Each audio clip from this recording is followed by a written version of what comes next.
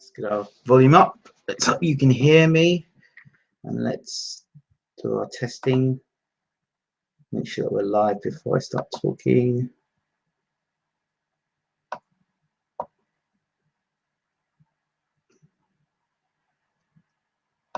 Come on, refresh. Come on, come on, come on. Let's hope this link is working. Let's hope it's up. Yeah, we're good. We're good to go.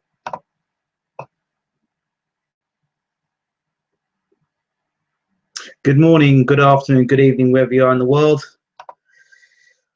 I'm back with another show, and there is plenty to talk about in the boxing world. There are a lot of unhappy people in the boxing world. The announcement of Berto versus Floyd Mayweather has upset a lot of boxing fans. A lot of people expecting Mayweather to fight Amir Khan. Well, it hasn't happened, and you know, for Amir Khan and his team, it must be quite devastating for them to now understand that if this is Mayweather's last fight, they are not in the Mayweather stakes yet for a year and a half. I think since the first Maidana fight. As we all know, Amir Khan was chasing Floyd Mayweather down. We know now that Floyd Mayweather is now fighting Berto. A lot of people bring up the Soto Karass fight. You know, Berto is an exciting fighter. Whether he should be the last guy that Floyd Mayweather fights, I'm not so sure.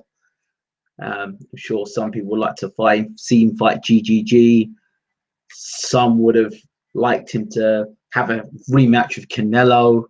Others would like to see him go up and fight for the middleweight title against, you know, Cotto. I don't know. You know, they're even crazy people probably think, well, you know, why did he go up and fight Kovalev or Andre Ward? So no matter what Floyd Mayweather does, let's be honest, he's not going to please everybody. But, you know, he's got the right attitude where he is pleasing himself.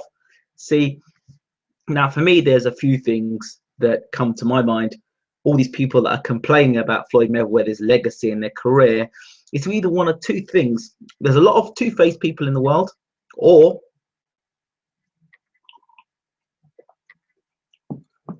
the hating is pretty much exaggerated. Because let's think about it. For him to have made 200 million or 300 million, he wasn't fighting in front of himself. He was fighting in front of an audience. So there's must be a lot of people in the world that appreciate his talents. Either that, or they may or the majority of the people that turn to watch Floyd Mayweather fight are haters. So, and I don't believe that's the case. I believe that he's genuinely a top-class fighter, one of the best, in my opinion, one of the best fighters ever. The best ever, I'm not so sure. I saw Floyd the other day making some points about why he thought he was the best ever. He said that Ali he's only a heavyweight, and he was the greatest because he stood up for black people at a time where black people weren't standing for themselves. Okay, that's fair. He said Ali was only a heavyweight, and he said Norton beat him 3 times. Whatever. But I would say that Ali fought everyone in their prime. The question is, did Floyd fight everyone in his prime? Did he fight Mosley in his prime? Did he fight Oscar De La Hoya in his prime? You know, he fought Canelo in his. I don't even he fought Canelo in his prime. This is not a hating. This is just an observation. You know, did he fight Margarito? But you know, even if he didn't fight Margarito, Paul Williams was a fight that a lot of people wanted to see Floyd Mayweather fight. Never happened. But we can't have everything in life. He put Roberto Duran as number 2. I like Roberto Duran. I'm not a historian in that sense. I know who he was. I know he had some great fights. I know he was down at lightweight. He fought right up at middleweight with Leonard. He may have got super middleweight. But I know, you know, I was shocked to see Sugar Ray Robinson wasn't in there because Sugar Ray Robinson is my favorite fighter of all time. But again, this is Floyd's opinion. This is what Floyd thinks. Who else did he put in there? He had Pernell Whitaker up there as well. He didn't have much time for Sugar Ray Robinson or Sugar Ray Leonard. So it was interesting he didn't put those guys in there. but he said he had beaten 22 world champions. Those are the stats. The pay-per-view numbers, great. But I do have a question to ask. And it's a question that's been floating through my mind. Oh, hold on. I've got a few people in the room. Let me stop what I'm saying for 1 second and greet the people in my room. Marky BA, yo. Marky says, what's happening, IJ? I'm cool. I'm good. Pekka Decker. Hello, Bayloric. Finally. Pekka Decker is actually in the room. Hello. You have been, your comments on my YouTube channel are amazing. I find them insightful. You have an opinion, which is very good. Sometimes we differ in opinion, but it's good. It's great to see your comments, and I do enjoy your comments. Stuart Howe, Mr. NLP himself, possibly going to the European Championships with some of those amateur fighters. Good luck to you, Stuart, and all the rest of that. Pekka Decker says Mayweather is an overpaid, overprivileged, boring entertainer. That may be the case, but have you tuned in to watch all his fights? That's the thing. You say that, but you know all the fights he's had. You know the guys he's fought against. You know who Floyd Mayweather is. So he's boring enough for you to tune in to watch him fight. To me, I'd say that he's doing a damn good job of marketing. I can give you some boring fighters, and they don't get tickets. Okay, they don't sell fights. They're boring fighters. Okay. Ingram, are you watching Box Nation tonight? 2 Ukrainian fighters? Absolutely not. I'll be in my bed sleeping. It's been a long week for me, and I'll go into that in a minute. I want to go back to my point with Floyd Mayweather, and I'll touch on that afterwards. And that'll have to be a YouTube job afterwards, I think, with the Box Nation. But thanks for letting me know that. Cheers, mate. Sorting out flights for the final by looks of it. Troy fighting tomorrow. Yep. Wish Troy Williamson all the very best from everyone from Bayloric TV, and all the best Stuart Howe as well. Hope he can get himself out there and help the guys out, and the girls, of course. Where was I? Yeah. So when we're talking about Floyd Mayweather as a fighter, I'm not talking about his issues with domestic violence. Ironically, I do find it interesting that people still can talk about Floyd Mayweather in a derogatory manner when they say he's a woman beater or wife beater, but have the same audacity to put him and another woman who's the UFC fighter, Ronda Rousey, in the same ring together. I'm quite happy to see that. So if that's not hypocritical or contradictory, I don't know what is, but that's okay. That's the world. We just look it on and just leave it be. It's one of those things that, again, I've mentioned before. It's not the first time I've talked about it, but there you go. Now, here's something. I'm gonna ask a question. Yeah, if you're wondering what I'm drinking, it's hot chocolate, but it's Galaxy hot chocolate, which is very, very good. Random talk, but anyway, my point is this: Floyd Mayweather.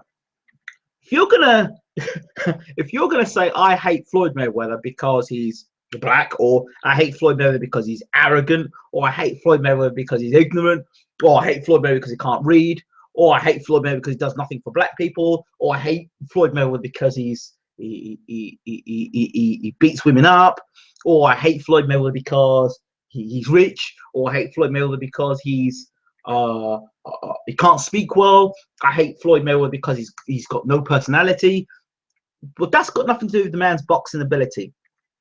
Talk about the man inside the ring and what he's achieved. I want to ask you a question. If you're going to slate Floyd Mayweather, okay, guy's beaten 22 world champions, been unbeaten for God knows how many years, okay, I think he says it's 20 years he's unbeaten, I don't know, but he's been beaten a long time.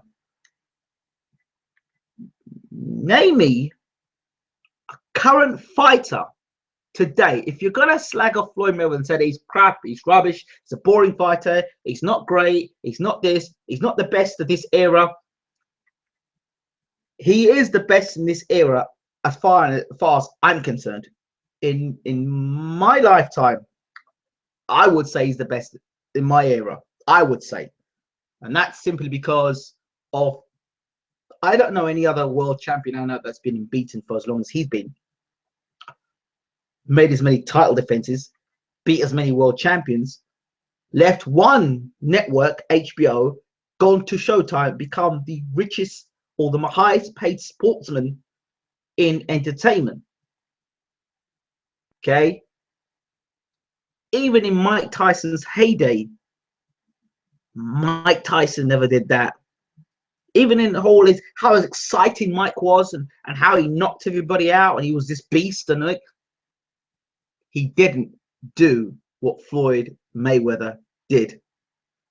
And if you're gonna say, I'm not talking about personality here, I'm not talking about domestics, I'm not talking about his private life, I'm talking about what the man has done inside the ring. If you can find me another fighter in this generation who's done that, then I could say, all right, fine. But I find it very bizarre. People say, oh, Floyd's fighting Berto. Well, if you look at Floyd's record, look who he's fought. Berto, Maidana, Guerrero, Canelo.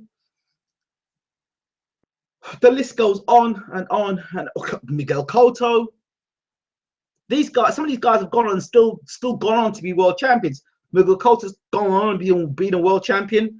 Canelo's gone on and won a world championship again. You know, Zab Judah's still fighting. I just think that if you're just honest and you look at yourself, if you're just honest and look at yourself, he is the best in this generation. Absolutely, nobody comes close. You can't say Gennady Golovkin, because Gennady Golovkin, you couldn't put Gennady Golovkin can't touch Floyd Mayweather in terms of his resume. How many world champions has Gennady Golovkin beaten? How many, you know, pay-per-view sales has he done? You know, look at Gennady Golovkin how old is Gennady Golovkin now? And look where Floyd Mayweather is when he's Gennady Golovkin's age. I'm just saying, right? Gennady Golovkin gets a lot of praise, and I'm not knocking Gennady Golovkin here. I'm not saying he couldn't go on to be an all-time great. I'm not saying that. What I am saying is this: the way Floyd Mayweather has been marketed, the way Floyd Mayweather has been managed, the way Floyd Mayweather has been strategically moved through this boxing generation, if he did what the fans wanted him to do, people would say, okay, yeah, Floyd didn't fight this person at this time, Floyd didn't fight that person at that time. Okay, but if he did those things, would he still be unbeaten? I don't know. But it's the whole thing. He's still got that zero. And so he's got that zero. Everybody wants to see him get beat. Once Floyd gets beat, then he's been beat. But the fact people keep tuning to see him get beat is what brings the crowds in. So, hey, so many people hate me. They'll use to my advantage. But I don't think Floyd's hated that much. So, if you're going to hate on Floyd, I want to hear who you, the boxing fans, are going to say is better than Floyd. Who in this generation? Not who you think could possibly beat Floyd, but on paper, facts. Who's your barometer? If you're going to slate Floyd and say, Floyd's crap, Floyd's this, Floyd's that, then tell me who the fighter is that you're going to bring in this generation that you're going to put up against Floyd and say, yeah, I don't rate Floyd, but I rate this guy.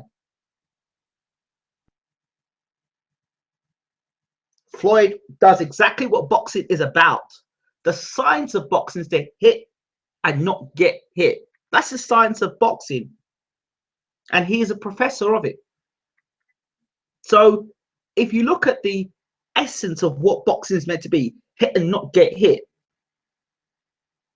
then you've got to call boxing boring. Because that's what Floyd's doing. Floyd is following the term hit and not get hit to the T. Now, this is not a Floyd Mayweather a praise show or Floyd Mayweather. It's just thoughts that go through your mind while you're sitting down, you relax, you think to yourself, I wonder why that is. I wonder why this is, or I wonder why people think this. So I'm just logically trying to put things through. Let's hear what Stuart House says. Well said, Ingram. I'm not keen on Mayweather as a person, to be honest. But I think he's an amazing boxer. He is very, very good. He isn't the best ever, but has to be the best in my era. Just because I don't agree with the way he acts, it's his life. And I do not judge, as I don't know facts, only media. As a boxer, just wow. So that's it. There you have there. I'm sure different people will have different opinions, you know. But you look at everybody else around compared to Floyd. If you're going to say Keith Thurman, you know, he's green. And his last fight against Collazo wasn't impressive. If you look at Amir Khan, his last fight against Algieri wasn't impressive. If you look at Berto's last fight wasn't against Carras, he didn't look that impressive. If that was his last fight, he got stopped. But there are some things that Berto brings to the table: fast hands, big punch, gritty. I think just by the explosive nature of Berto, it makes this fight more exciting than a fight with Pacquiao, because he's just going forward. And Berto, worse with Pacquiao, he had the nation's weight on his shoulders. Pacquiao was the Mayweather destroyer. Pacquiao was the fight that everybody wanted Mayweather to be in. And you got that fight. You got that fight. He beats Pacquiao. And a lot of people are disappointed. So they're looking for the next best thing to try and fill that void. But Pacquiao was the second best, the second pound for pound best fight in the world. Okay, so who else is there around that's fought the second best pound for pound fighter in the world, or the third best pound for pound fighter in the world against the fourth best pound for pound fighter in the world? These are my points, and so I will leave it there with that. But there was something that as you do, you go through Facebook. There was something that triggered this conversation about Floyd Mayweather, and it was something I read on Facebook, which deeply disturbed me. Let me stop a second. See what people are saying on Twitter.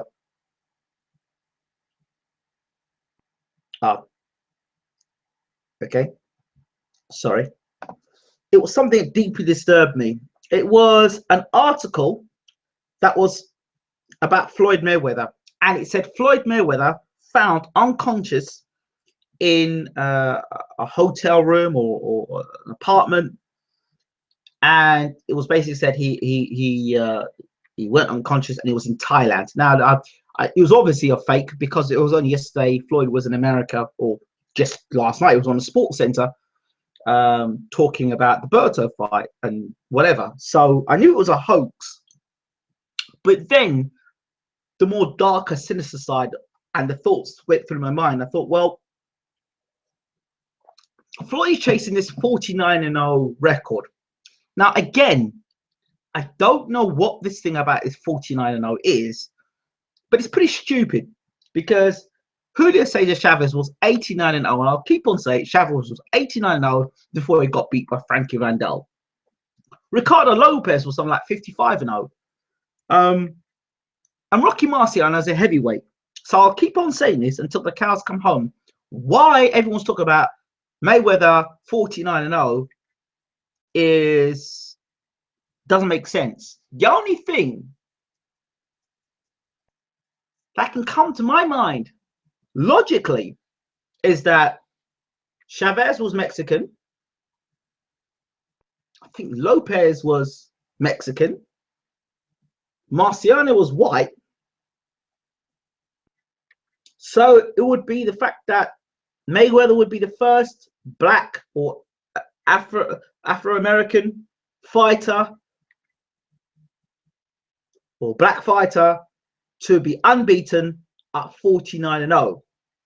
And if that's the case, then come out and say that he's 49-0 and he'd be the first black fighter to be unbeaten world champion at 49-0 to equal Rocky Marciano's record, even though he's not heavyweight. That's the only thing I could fathom and think and work out for it to be. Otherwise, it doesn't make any sense. So it's either the media don't want to mention the fact that he's a black fighter trying to get to 49-0, or something else. Now, going back to this hoax story about Floyd Mayweather and the 49-0, My concern about this hoax story is that the 49-0 is such a gray area, because I believe, if I was right, Larry Holmes was trying to get to 49-0, and Larry Holmes got beat by someone.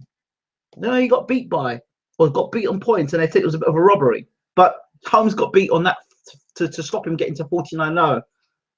Now, I don't know if Andre Berto is equipped to beat Floyd Mayweather. I don't think he is. I don't think he is. Yes, he punches hard, and if he were to catch Floyd like the way Mosley, but you know, there are some things that are there. Mosley caught Floyd because Mosley had fast hands, and he's an explosive puncher. Berta has fast hands, and he's an explosive puncher. Good evening, Mr. Wayne. Michael Spinks. Yeah, Michael Spinks beat Larry Holmes.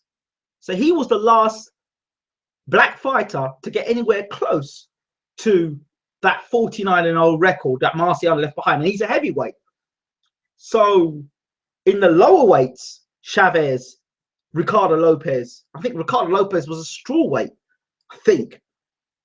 But he was lighter weight. Chavez was 89-0. Floyd trying to go for 49-0. Don't know. But seeing that stuff today on the Facebook visibly shook me, because it made me think, you know what? You know what? The powers that be, if they don't want him to get to 49-0, they'll find a way to stop him getting to 49-0. And it's not a conspiracy thing. It's there. It's there in the open. So, buona noche. Kyle D, how we doing, my friend? Yeah, Pekka Decker says, since 2000, boxing has been in decline. There's been no major superstars in boxing. What competition is there for Floyd Mayweather? Lloyd Hannigan? Could Floyd Mayweather beat Sugar Ray Leonard?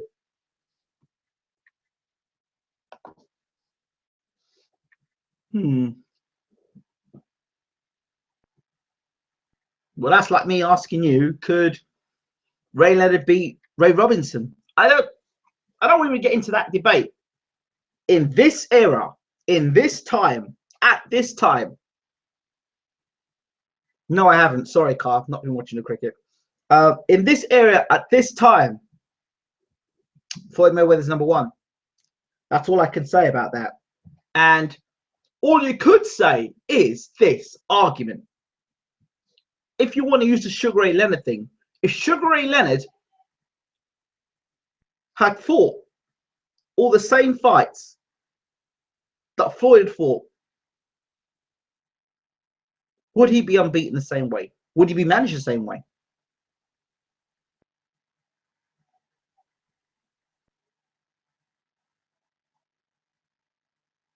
That's the question.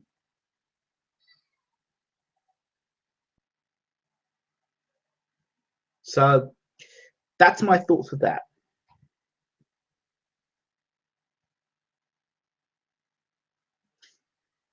So we'll move away from Floyd Mayweather and that hoax thing. It was sort of, it just left me very unsettled, because it made me realize the dark industry that we're in, and anything is possible. Anything is possible. The fact that they said that he had a drug overdose, then they said that in the story that he was he was drinking coffee and he was poisoned, something like that.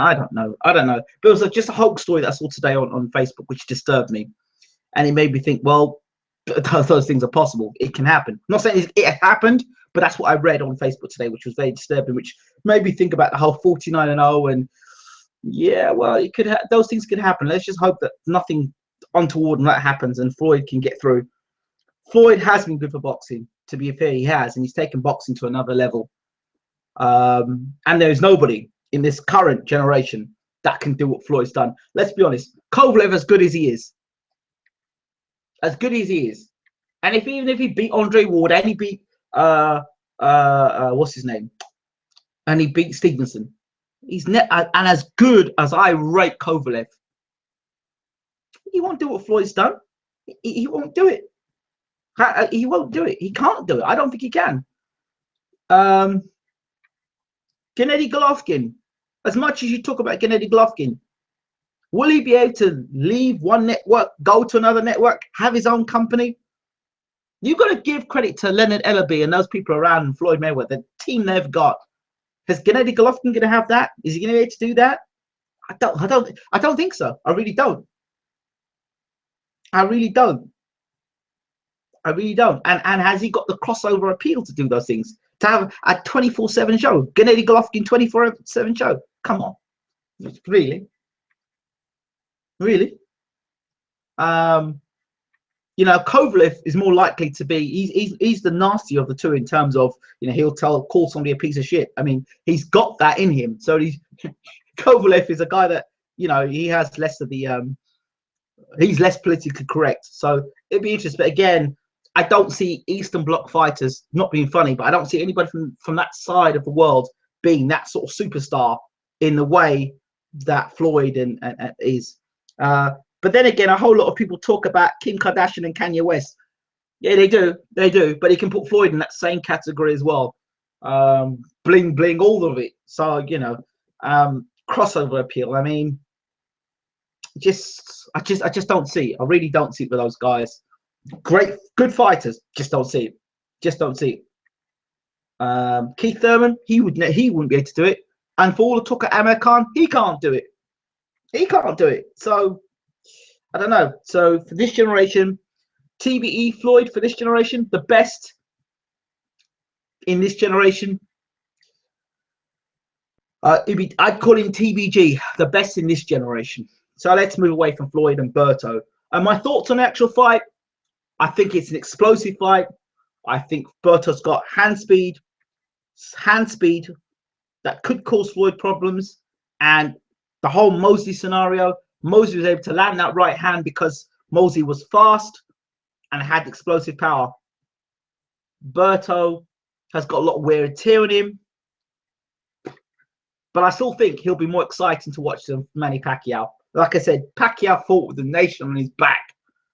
Berto's just got, I just got in there for my punches. I don't know if any of you caught it, and it happened really quickly. The way Andre Berto was being handled. Now, if you go back and look at the press conference, I think it's Floyd Mayweather's son in the background. Before they announced Andre Berto, go back and watch the tape. And Berto goes up to talk. His son shouts out, "You're a bum." Watch it carefully. He goes, "You're a bum," or "bum," he says. I'm like, that's a little kid. It's Mayweather's, I think it's Mayweather's kids. This is a kid that turned around and said, called Berto a bum. This fight's a personal fight. And of course, there's history between these two guys. There's tension, there's history. And Berto, obviously, well, from what I understand, was messing around or was with Miss Jackson, Floyd's ex. So there's some bad feeling there. So this fight may have a bit of drama to it. You know, I said this before and people joke, people laughed at me. If Berto were to beat Floyd Mayweather, where does that put Andre Berto? Oh dear. Anyway, let's move on. The next fight that's been announced is George Groves versus Badou Jack. Now, I'm a UK man, as you know, and all Georgie boy's back. Georgie boy is going to be going to fight Badou Jack. Georgie boy hasn't fought since Bellew Cleverly 2. You know how long ago that was? You know how long ago that fight was? Yeah. And he's not fighting at home in front of 60,000, or as Leonard Ellerby says, 80,000. Yeah, I think crowds keep getting bigger all the time whenever they talk about the fight in America. One person said it was 100,000, and one said 120,000. Well, no, it was 60,000 according to Carl Froch. So, anyway, what's my point? Yeah, George Groves. George Groves, in his mind, believes that he's seen nothing in Badou Jack to convince him that Badu Jack is not a bad man. Okay, fair enough.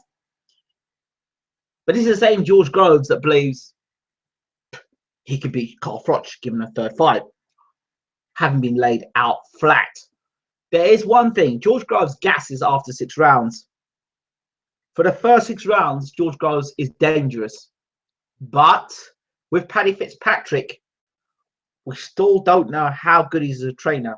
You could talk about the 3 fights or the 2 fights he had against the Mama's Boy and he had against Rebrassi, which he made hard work of both fights. We say, oh, well, he came back after Rebrassi and then the Mama's Boy. Now he needs to take a break. Well, he's had that long break from boxing, so he should come back refreshed. Surely you want a tune-up fight before you go and fight for the championship of the world. You know, you have to be sharp. You're going to fight in America. So that's a whole new thing. He said, oh, well, I'm over in America. I'm acclimatized. All right, you're acclimatized. So he had this mark this around the eye. Yeah, he didn't get knocked out in front of, yeah, he did get knocked out by Carl Froch in front of 8,000 people. Thank you very much, Stuart Howe. I thought it was 60,000 people. Oh, it keeps changing all the time. Pekka Decker says, if an average-looking person goes into a club full of ugly people, of course the average person is going to get a date for the evening because there's no serious competition. See, that's what I like about you, Pekka Deck. You drop these lyrics which are so outside the box. I like it. Good, enjoyable. I like it. In terms of Badu Jack, he's fresh. He's just become world champion. He's come off a good win off of Anthony Durrell. I haven't watched the fight and I haven't really got into Badu Jack, so I'm not going to sit down and give you my final prediction on this fight. But there are some things George Groves needs to be aware of. He's fighting away from home. I'm sure he's aware of that. He's now fighting for the world championship, and he's fighting on the Mayweather card. So it's Mayweather Promotions. So if George Groves thinks he's just going to stroll over to America and pick up that title, he's got another thing coming. That is for sure. Georgie boy, I really hope that he can beat Badu Jack, because if he doesn't, that's 3 world title fights and 3 world title defeats. And then where does he go from there? Again, I personally thought that he was rushed into the world title fight against Froch under Adam Booth. But Adam Booth thought they could hit and move and pick up the title. That hit and move style has gone from George Groves. If you look at his fights since the second fight with Carl Froch, and then you look at the 2 fights with the fight he had after the fight he had with Carl Froch, and the Rebrassi fight and the Mama's Boy fight, you look at those 3 fights under the tutelage of Paddy Fitzpatrick, you'll see that Groves is holding his feet more, planting his feet, and really putting power punches together. When you do that and you don't fleet around the ring and you actually hold your feet, that also means that you're all there to take the full impact of a punch. And you see, when he got knocked out by Carl Froch, you look at his defenses, his left hand was down by his ankle. Okay, so fundamentally there are flaws there. You're gonna knock George Groves out as the 1-2, the left jab and the right hand coming over the top.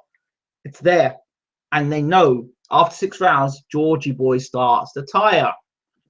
If this was a 6-round fight, I believe George Groves could probably be the undisputed super middleweight champion of the world. But it's not. It's a 12-round fight, and it's in America, and it's in Las Vegas. Las Vegas is known to be desert heat. So Floyd Mayweather loves it out there, and he has a false confidence. Very deluded, Mr. Groves. This is not slacking Groves off. This is just what I see and what I hear of him. Very deluded. Very, very deluded. He was against Froch, and that's why I think he got himself knocked out. He stood in the pocket for too long against Froch and got knocked out. And when you hold your feet, like I said before, like he's holding his feet now, it takes away that element of sniper, which made Groves such a good, tricky, awkward fighter. He'd be in and out of punches, just like David Haye, in and out. And with the style of your arms down by his side, you've got to be in and out quickly. Groves isn't doing that now. So as you hold your feet, you've got your left hand low, you forget you can get caught over the top of the right hand. You're more likely to get caught because you're not pinging in and out with shots. So Groves is going to have to go back to that style he had with Booth. But I think that style was basically under Booth. Booth is what made. And if you look at George Groves, he's a shell of the guy that he was. Because if you look at him, you could see he had Boothisms, if you want to say that. He became a carbon copy of Adam Booth and David Hay. If you listen to the way he was talking like Adam Booth and David Hay. It's like Booth had installed into Hay and what's his name, into Groves, that way of talking, that sort of confidence, that sort of I'm better than you, you know, because Booth, I think he's got a degree or a master's in psychology, and so a lot of that comes into the way he talks and the way that he puts his strategy in place mentally with someone like George Groves. Groves hasn't got that now. He hasn't got that strategic element now. He's got Paddy Fitzpatrick, who we don't know what he's like at world level.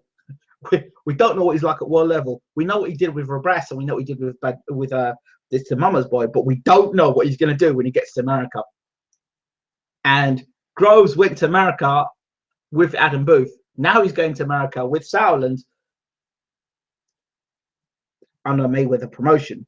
So all the British fans are like, yeah, he's going to go there and he's going to knock out this person easy. Badou Jack's nobody.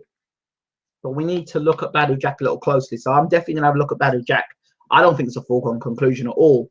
You know, Badou Jack beat Durrell. You know, Durrell can box. Durrell can punch a bit. So Badou Jack, yeah, people look back to the Badou Jack fight where he got knocked out, I think, in the last round or something. But Badou Jack is now world champion. So I expect to see Badou Jack plus a little bit more when he fights George Groves. George Groves is going to have to do, I think, more than what he's done so far. George Groves has been a great talker, always been a great talker. George Groves' downfall is his false confidence. In my opinion, needs to back up his confidence with capabilities. His mistake, he treats mental. Oh, is he? No. Stuart Howe says George Groves' downfall is his false confidence. In my opinion, needs to back up his confidence with capabilities. His mistake is he treats mental and physical as two different things. Okay.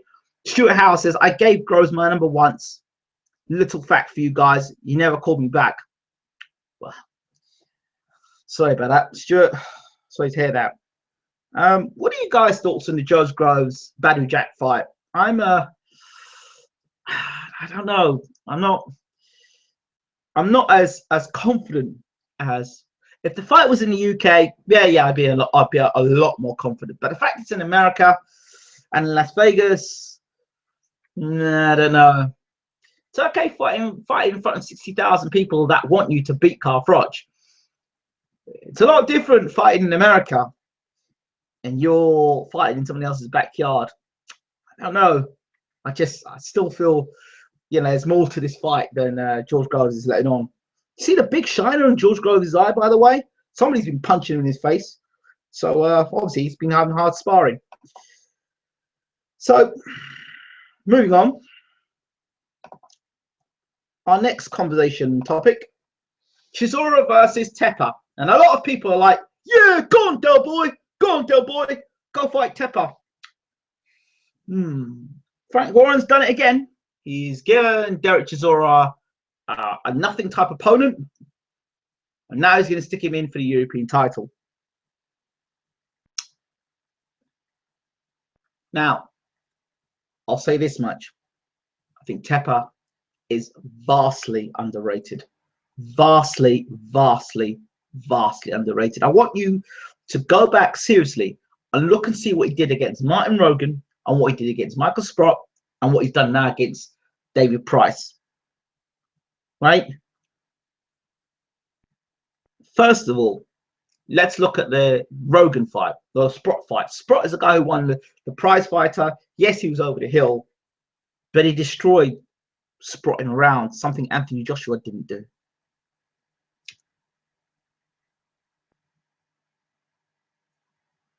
Or did he stop him in a round? Then he fought. No. Sprott was knocked out cold by this guy Teper. Then he fought Martin Rogan. He knocked Martin Rogan out in one round. I don't mean knocked Rogan out Right, he hit Rogan so hard that Rogan was out flat like Price, and nobody's laid Rogan out like that. Nobody has laid Martin Rogan out like that. So this guy Teper has got some serious heavyweight power, and he's accurate as well, I think.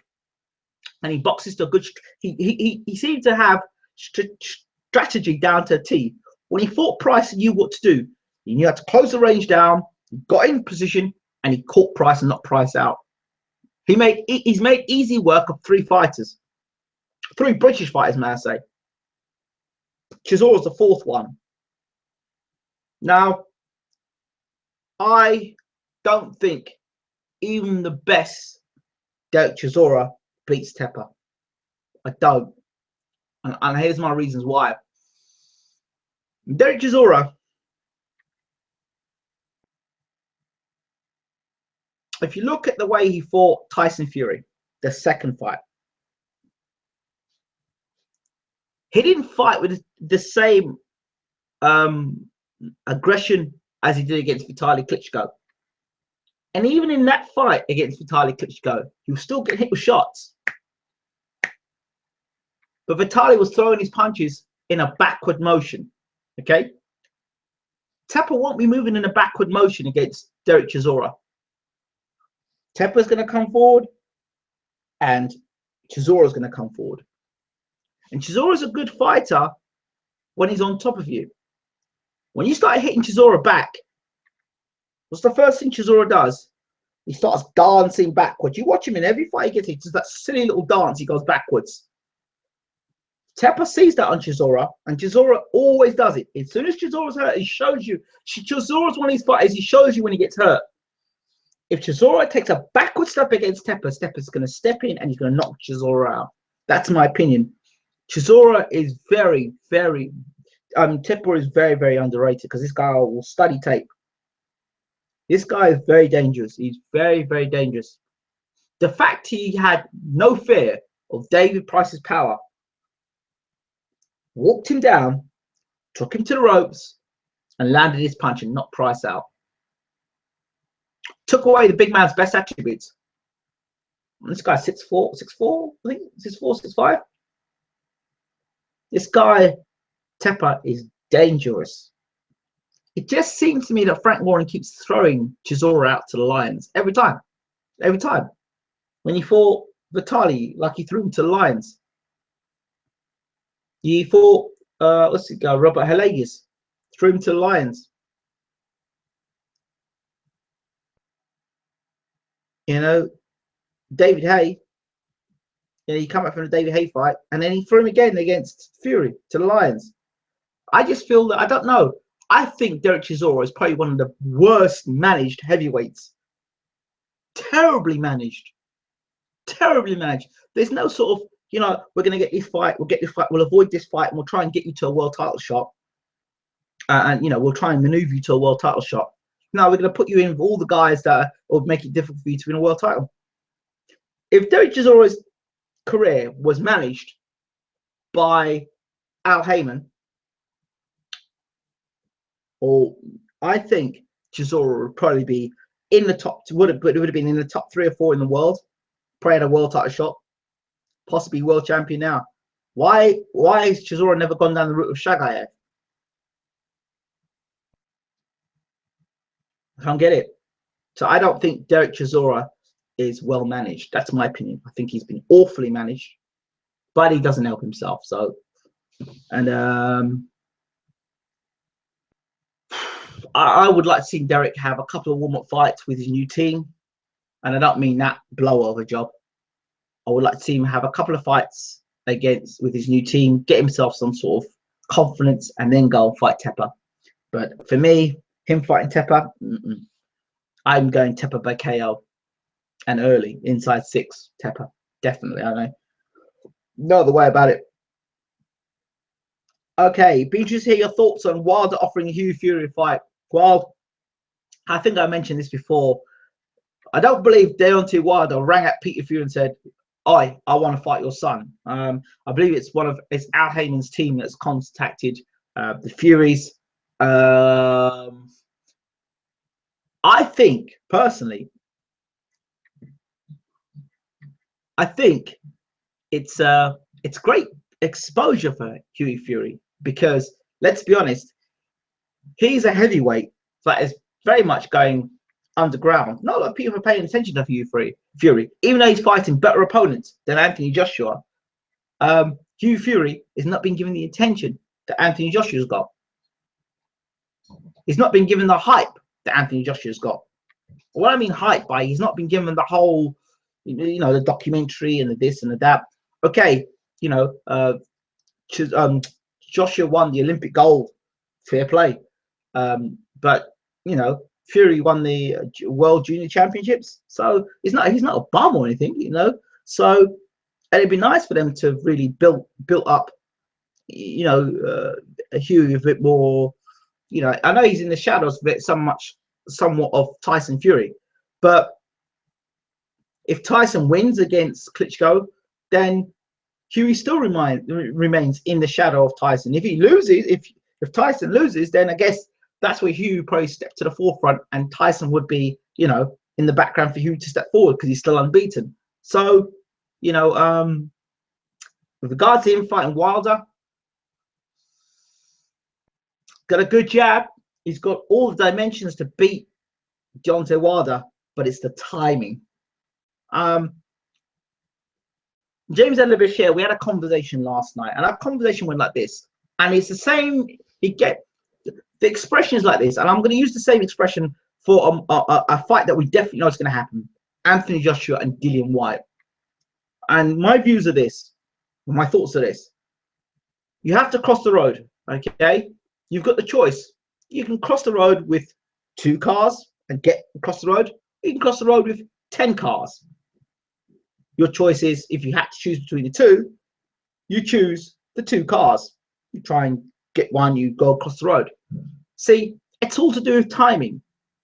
Dillian Whyte fighting Anthony Joshua in December, I think for me, they're banking on the fact that Dillian Whyte hasn't fought has been out injured, and he had the whole suspension, then he got injured. And now, now I think, sorry, I just saw some comments come up. Okay, sorry. CCR 2971, thank you very much for joining us. Stavern threw the fight against Wilder, he's virtually admitted it. Okay, where was I? Yeah, I think Matchroom are banking on the fact that Dillian Whyte has not been in any competitive fights. He's had 3 meaningless fights since his comeback, or 4 meaningless fights since his comeback. Broke his hand, lost his trainer, now got a new trainer of Jonathan Banks, which is all cosmetic really, because to be honest, what is Jonathan Banks going to teach Dillian Whyte between now and December?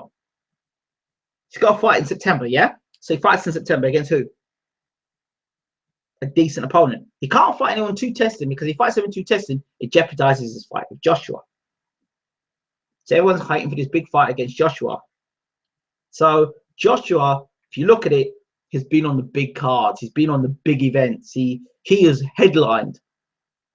When the time Joshua and Dillian Whyte fight, that's big fight time. That's going to be a huge fight in the UK. Is Dillian Whyte going to be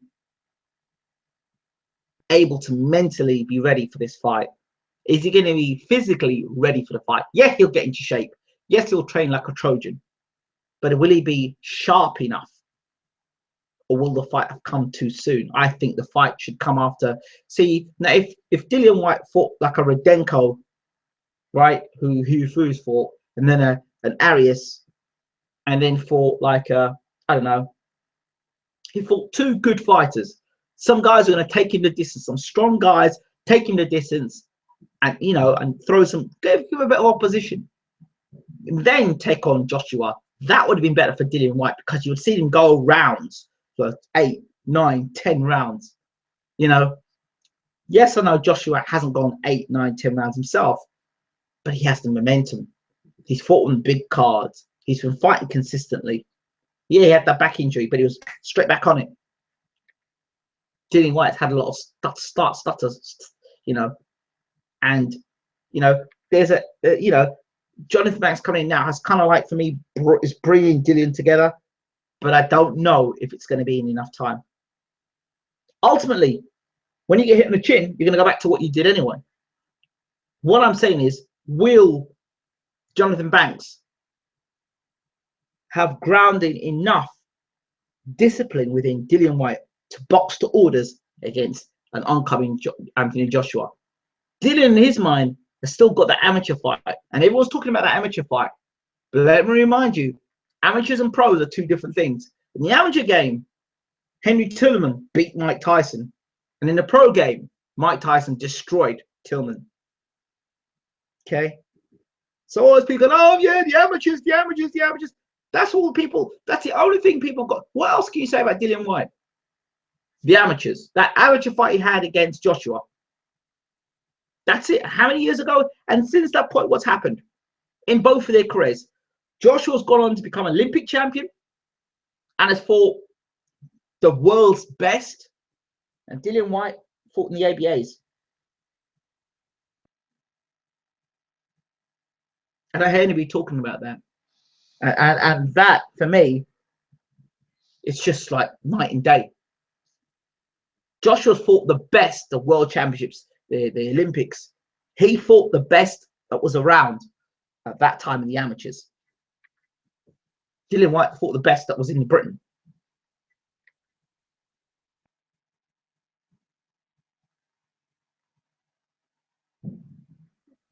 Dillian Whyte shows he can punch. Sure, so can Anthony Joshua.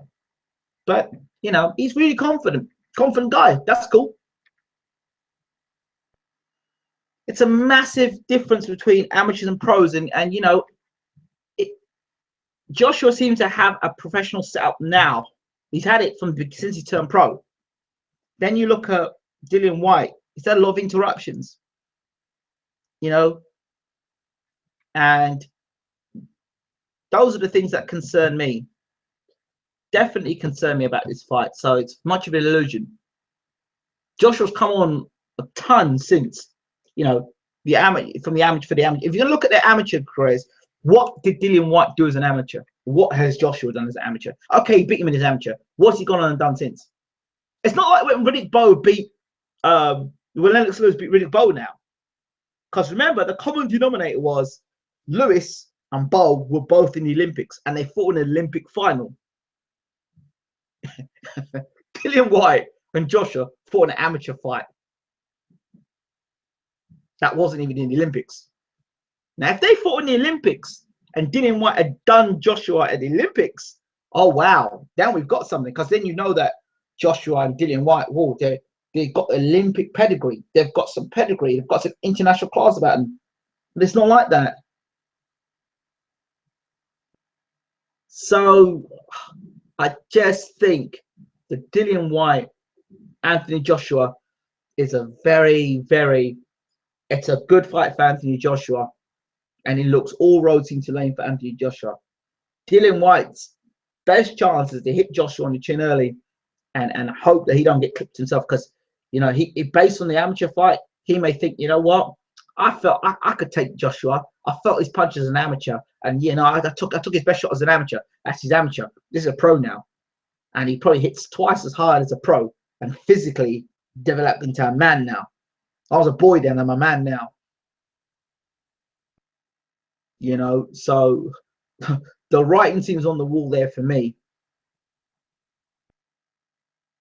You know, I don't, you know, I'll be very surprised if Whyte pulls it off, then great. But he's an underdog going into fight for me now, honestly. Let's see what people are saying.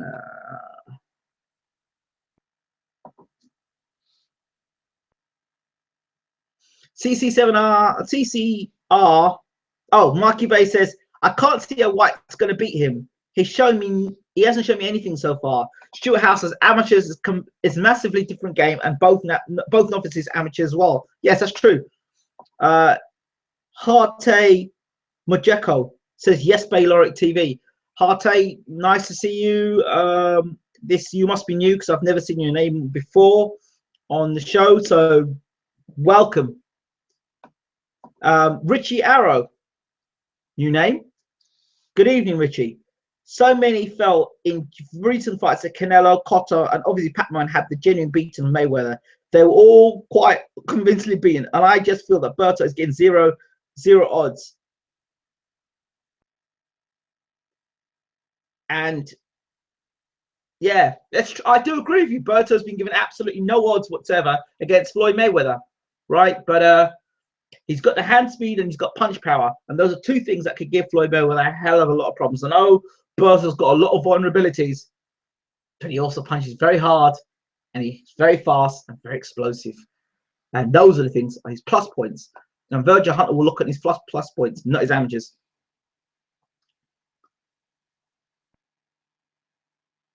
Marquis Bay says, I mean, I'll watch for sure, but Whyte has shown me nothing. He's shown no tools to make me believe he's going to beat AJ. This is why I think he gets stopped in 5 rounds. Yeah, I can see him getting stopped earlier than that if he doesn't have something to stop the oncoming Anthony Joshua. You know, I'm giving, people say that I'm a Joshua basher, which I'm not. I'm actually giving Joshua full dues and saying in this fight against, you know, what's his name, Dillian Whyte, it's a good fight for Joshua. Jordan Alexander 2012. Good evening, Jordan. Hope you're well. If you let me know where you're from, you new guys that are in the room, please let me know where you're from and how you knew about the live show tonight. Really good to know. So welcome, Jordan Alexander. I want AJ versus Stiverne to make a US debut. Wow, AJ versus Stiverne. Yep, the rumor was that Bermain Stiverne was going to fight King Kong Luis Ortiz. Now, it was said by Chris Mannix that the negotiations were on. So I said, you know what? Let me give Bermain Stiverne a call. Give Bermain a call and see what's going on, see what the crack is. So I rang him up. I said, as you're here in the interview, Bermain, what's going on? Hey, you're going to fight King Kong? That's news to me. Every time I ring this man, it's news to him. So he didn't know anything about fighting King Kong, but he said he'll fight King Kong. Now, you know, that night he fought Wilder. As far as I'm concerned, you know, Wilder couldn't knock him out, and he's made a lot of excuses that a lot of boxing fans don't like about Stiverne. But it's clear something was wrong with him that night, apart from the fact that Wilder was landing a lot of heavy punches on him. He just didn't have that solid look, and I still find it weird that Wilder, Bermain Stiverne's a bigger puncher than Molina, yet he was unable to rock a Wilder. That's what so he must have been pretty weak in there. But beside the point, Stiverne's going to be back. I still think he's a dangerous fighter in the heavyweight division. What I don't like about Bermain Stiverne is him sitting on ropes. I hate when he sits on the ropes. I really do. I like to see him when he takes a center of the ring, but I don't like when he sits on ropes. When he sits on ropes, he puts his hands like this. I just hate it. I absolutely hate it. I hate it. Because I get images of somebody putting a straight right through him and knocking him through ropes. I hate it. I like to see Bermain come out and throw his punches and take it. And that's what I hope he comes back and does. Richie Arrow says, sorry, phone playing about. Basically saying it would be a massive upset if Bertie were to win, but there is a possibility. And I think the media hype surrounding its negativity isn't warranted. Thurman and Khan may be better, but he's fought all the top guys and Khan has been coming across negative. Harte Mujeko says, enjoying it, brother. Jordan Alexander 2012 says, I think Whyte needs to throw more, needs more fights. His last fight, the guy didn't throw or land in throwing punches. I agreed. So exactly. This is what I don't get about boxing fans. And I swear there must be not everyone, but some of these people must be most confused, knocking a guy out in the first round with getting boxing rounds under their belt. It's important. You've got to get boxing rounds. You've got to get boxing fitness. You've got to get, it's like a football player who's been out injured for months at a time, you know, and he's got just a bit of fitness and he took him out to go and play 90 minutes. Of course he's going to be out of breath. But yet when he's fully fit and he's got, you know, his core fitness and he's got his match fitness, you know, you can be fit to fight, but then you've got to have that match fitness and match perfection. You know, you get confidence fighting fight after fight. You knock a guy out, you go 12 rounds, you know, you go in a tough fight, you know, your chin's been tested, you're ready to go. Okay, you can't say the same thing with Joshua, but you do know in Joshua, he fought at the highest level as an amateur. Dillian Whyte didn't do that. Dillian Whyte didn't do that, and that's my argument for him. So CC22971 says he was plodding forward all night, walking into Wilder. Yeah, he was indeed. I'm from Bath, England. Sub to you a while ago. Wow, you live in Bath, eh? I used to live in I spent some time in Cardiff, and I love Bath. When I was about, I must have been about 3 or 4. One of the stories was my mum. We went to Bath for a week end, and my auntie driving the car was at the top of the hill. It's this really steep hill in Bath, really steep hill, and she parked the car, but she forgot to take the put the brake down, the handbrake down.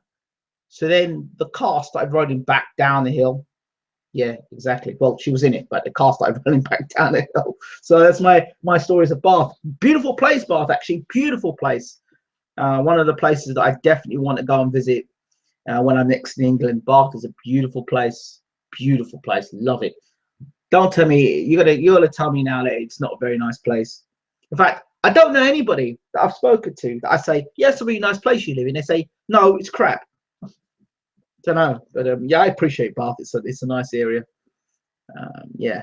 So yeah, those are my thoughts on Berto, Mayweather, Chisora, Teper, Groves, Jack, Fury, and Wilder, and what else did I talk about? Deontay Wilder and Dillian Whyte. Now, some other things to announce to you. As of last week, Adam 4C, Adam Noble 4C of 4C Sports Media, has now joined in collaboration, so exclusively only to Bayloric TV or Bayloric TV. We now have a boxing show every week, weekly, which will have guests on the show. So this week we've got Peter Fury talking about the Deontay Wilder Hugh Fury deal. We've got Mike Mittman from In This Corner. And Mike Mittman he was around doing commentating before there was cable TV, and he was one of the first guys commentating on cable TV, and he commentates for the likes of Larry Holmes. So he's an established, mature veteran in boxing. So he's a great guy to listen to, and of course I do my little bit at the end. In terms of interviews I've done this week, I went crazy for interviews for you guys. I went back in time a little bit. My first interview I did was with Larry Hazzard, the New Jersey State Athletic Commission, the commissioner of boxing. He was the guy that gave us the gum shield rule. When the gum shield falls out, he was the one who put that in. He's the one who brought the unified rules in for boxing. Larry Hazzard. He was the guy. I think he was there for 20 or 23 years for the commissioning board. He was the guy that would jump up on the ring apron when the referees wouldn't stop a fight. He would come in and try and stop a fight. That's Larry Hazzard. He's that black guy that you see in all the big fights, coming into the dressing rooms and checking that everything's okay. And anything kicks off in America, Larry Hazzard's the guy that sorts it out. So if there's a confusion about gloves, Larry Hazzard's there. You know, if there's some confusion in the dressing room about something else, Larry Hazzard's there. So Larry Hazzard, he's been a judge, he's been a referee. He still says the biggest fight he was involved with was Mike Tyson, Michael Spinks. So no, I haven't got a John Rawling interview yet. That might take some time. Yeah. So that is one interview. So check that interview out. Second interview I did was with Bermain Stavern, and he talks about many things. In fact, he thinks that Deontay Wilder's next fight against Andre, the guy who's not even in the top 40, who Wilder's going to have his voluntary defense against, he thinks Deontay Wilder sees the world rankings, he starts from 100 and counts from 100 backwards. That's how he does it, to rate the top 10 of the heavyweight division. That's how he views it. And he thinks as soon as Povetkin gets his hands on Wilder, that'll be the end of the Wilder run. So take care, Stuart. See you soon. Yeah. So that's his thoughts. He also has thoughts on he previews the Tyson Fury fight and where he thinks he belongs in the heavyweight division. Tommy Brooks, been looking for this interview for ages. Got a hold of Tommy Brooks. He's the guy that came in after Lennox Lewis left. Tommy Brooks came in. Tommy Brooks. Let me give you some background. Tommy Brooks trained. At one point, he was in the corner of the Klitschko's, Mike Tyson, Pernell Whitaker, Mark Breland, Evander Holyfield. Those 5 fighters already that he's been with. He's involved with both the Klitschko brothers. He gave me his prediction on who would win between Vitaly Klitschko and Vladimir Klitschko. I haven't seen both of those guys up close. He talks about what it was like to train Mike Tyson. He talks about David Price, what David Price needs to do to become heavyweight champion of the world, why he believes he can become heavyweight champion of the world, and where it all went wrong. Exclusive interview. Check out what Tommy Brooks has got to say. It's an exciting look at the career of Tommy Brooks, how he got into boxing.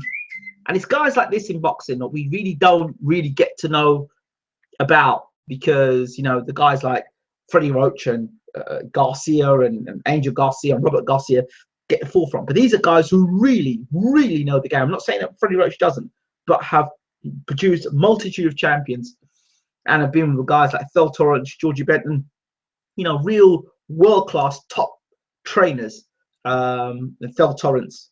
So you'll get to hear about the new project Tommy Brooks is having, which is great. Cardi says, David Price cannot be champion, sorry. Well, I guess fans will always have their opinion. And I guess a trainer sees things that fans don't see. But David Price is his own worst nightmare, to be honest. There were things I won't say too much about the interview, but there were things that David Price was doing in camp that he shouldn't have been doing. And his trainer, Franny Smith, was learning on the job while Tommy Brooks was teaching Franny Smith.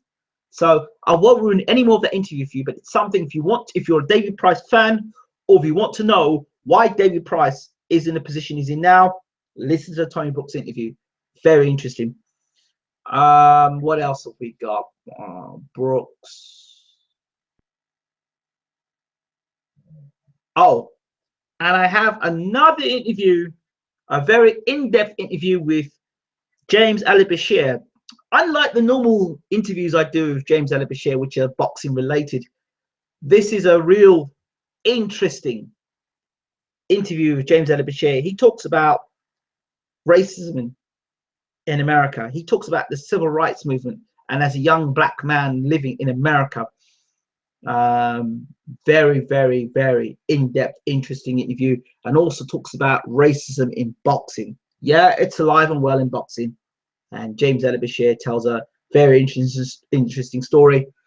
Though the Bashir interview is across on Bayloric Worldwide as opposed to Bayloric TV boxing, so check them out as well. Just type in James Ali-Bashir racism in America, and you'll see that. So it's about an hour-long interview with James Ali-Bashir where he just opens his heart and talks about life. And sometimes it's nice to talk to guys about boxing, and it's fantastic to get the interviews. But sometimes it's nice to hear what people have got to say outside of boxing, their lives, how they grew up. So you get a better look at how things are and how people are. The funniest quote of the week for me it was on Twitter actually. It was from Fighters Rated. So big shout out to Fighters Rated on Twitter. Do a fantastic job. Please bring back your website. I loved it. Fighters Rated, and it was a tweet. It says, Floyd Mayweather Sr. says Danny Garcia can't fight. And I found that hilarious. I just kept laughing over and over and over again. I couldn't stop laughing. Danny Garcia can't fight. And when I actually looked it out and thought about it, he can't fight. Danny Garcia cannot fight. Okay, and here's my explanation for Danny Garcia can't fight. Danny Garcia is a slugger. I won't call him a boxer, but he just wings crude hooks. Just wings crude hooks. He really does. And I like Garcia, yeah. And he carries a big left hook and a good chin and a good engine. But he's just a winging. He's just a hooker. I'm really just a. He can't. I don't actually think Garcia can fight. I actually don't think he can fight. I think he was beaten by Herrera. I think he was beaten by the other. I can't remember the other guy's name as well. The two fights he definitely got beat by Peterson as well. So it seems that Garcia has problems with movers. Anybody can move because Garcia's very flat-footed. And when I interviewed Terence Crawford said to me, "Look, Danny Garcia, who he fought in the amateurs, he beat Danny Garcia in the amateurs, but Garcia got the decision." He says Danny Garcia is a better boxer than what he's doing as a pro. He boxes better as an amateur than a pro. He says that Danny Garcia is flat-footed and relies a lot heavily on his power. Danny Garcia before was a good boxer, and this is coming from Terence Crawford. And that's when I knew Terence Crawford was going to do big things in boxing, because Terence Crawford he's a historian. He knows boxing. He knows boxing. Go back and listen to those interviews I did. I think one was 30 minutes and one was 45 minutes. So check out those interviews with Terence Crawford. I will try and get another interview with Terence Crawford, try and give something to you guys. Okay, I think that's about it. Also, check out our blog page, our new website, www.bayloricworldtv.sportsblog. Check it out. Just type in Bayloric TV boxing channel. Check it out on there. It's got all the videos, all the latest videos, interviews, everything's on there. So check that out as well. I think that's just about it from me, unless there's any final things to say. Let's see what people are saying. It's the David Price thing. Oh,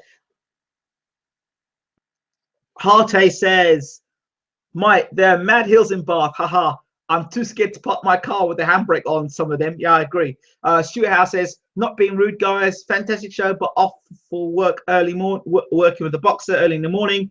I'm boxing training myself at the grand age of 31. Have a great night and thanks all. Brilliant show. Cardi says, David Price cannot become a champion. Sorry. Kyle D, all I can say to you is I'm just so glad that you're not training fighters, because if you were, and you were a trainer, any guy who got knocked out like David Price would never come back. You think of the way Lewis got knocked out by Rackman. A lot of people said Lewis should have retired. He comes back and destroys Rackman. I know, different times, different fighter, but, you know, he ain't cut out to be a pro boxer. No, because he wasn't taught boxing fundamentals. Listen to the interview with Tommy Brooks. He explained why Price is in the position that he's in. I'm a Pricey fan. It's all psychological with him, I think. Brooks argues that it isn't.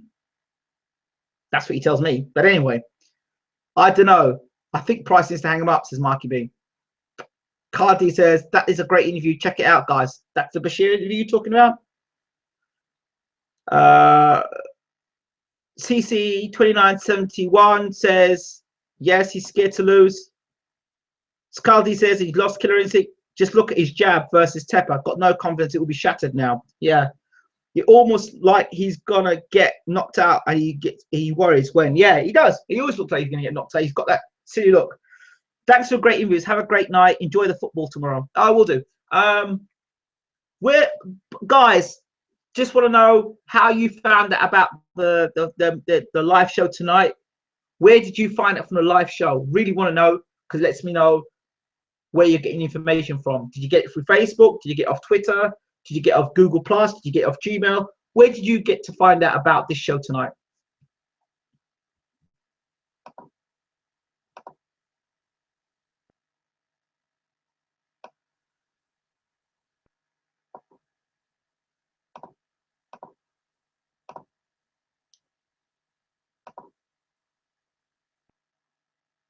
When's the next show? Well, possibly next week. Next week I'll probably get another show on. Check out the other interviews and shows I've done with the show, the videos. There's lots of interviews there and stuff. Check out subscription box on YouTube. Bam, great stuff. That's good to know. That's very good to know. I'll just wait a little longer. Following boxing interviews on YouTube. Bang, great. It says YouTube. It's giving you information. Great stuff. I saw it pop up in my subscription feed. Bam, wicked, great. So subscription feed works. Good. So anyone who subscribes gets to see it. Oh, Cedric Esquire says, by chance, saw it in the subscription feed. Oh, Cedric. If you're on Twitter, follow me on Twitter, man, so I can follow you back on Twitter and I can tweet it to you. Everyone's getting it for the YouTube. It's for YouTube you're getting it. It's very interesting. Very, very interesting. That's why I try and get people to subscribe. Get people to subscribe. Share the interview. Well, share the interview. Yeah, share the interviews as well. But share the links and leave your feedback on the interviews. And of course, share the live show. I guess that's it. Thank you so much for watching. I'm still concerned about that 49-0, that hoax story about Mayweather being found unconscious in Thailand. That story just sent shivers down my spine. As usually they do these hoax stories, and then when people end up dying for real, the hoax stories are accurate that they had back then. A year later, you look at the hoax story, you find out, hey, they died the same way it was said in the hoax story. So that's very, very, very concerning. When is your next show? Next week, probably, guys. Next week, same time next week on a Friday. I did it because there was no boxing on, so.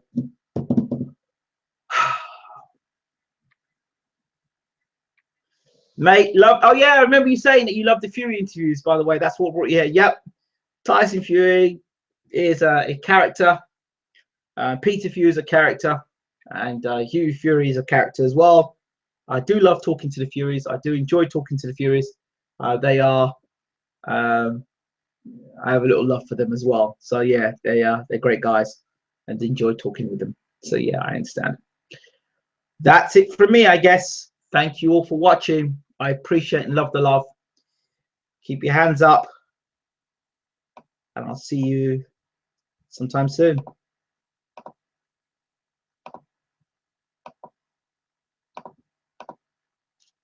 Take care.